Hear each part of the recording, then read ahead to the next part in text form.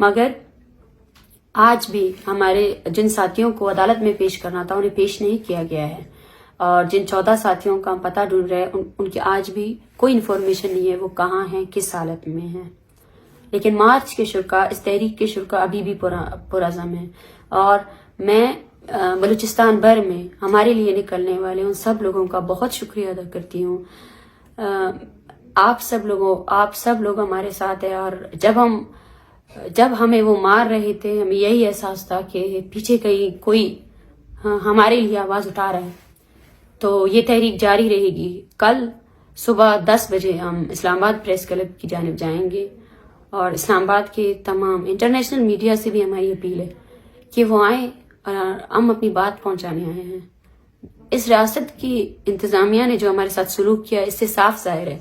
کہ اس کے پاس ہمارے مسئلوں کا حل نہیں ہے۔ ہم پھر بھی اس کے پاس آئے، ہم پھر بھی آئے ہیں کہ ہمارے جو مطالبات ہیں ان کو سنا جائے، CTT کو غیر فعال کیا جائے، ڈیتھ اسکواڈز کو ختم کیا جائے، جو لاپتہ افراد آئے ہیں ان سب کے لواحقین کو رہا کیا جائے،